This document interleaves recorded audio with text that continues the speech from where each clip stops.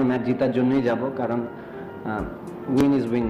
ওরাও খুব ভালো ফাইট করেছে, অবশ্যই আমাদের টার্গেট থাকবে ম্যাচ জেতা। আমি সেঞ্চুরি করে পাকিস্তানকে হোয়াইট ওয়াশ করব, এটাই মূল লক্ষ্য। পাকিস্তানের বিপক্ষে তৃতীয় টি-20 ম্যাচে নামার আগে পাকিস্তানকে হুমকি দিয়ে একই বললেন জাকির আলী অনিক। দর্শক, পাকিস্তানের মাটিতে কদিন আগে টি-20 সিরিজে পাত্তাই পায়নি বাংলাদেশ। ঘরের মাঠে ফিরতি সিরিজেই দারুণ প্রতিশোধ নিল লিটন দাসের দল। টানা 2 জয়ে 1 ম্যাচ হাতে রেখে সিরিজ নিশ্চিত করেছে বাংলাদেশ। দ্বিতীয় টি-20তে মিরপুরের বোলিং সহায়ক উইকেটে ব্যাট করতে নেমে শুরুতেই বিপদে পড়েছিল স্বাগতিক দল।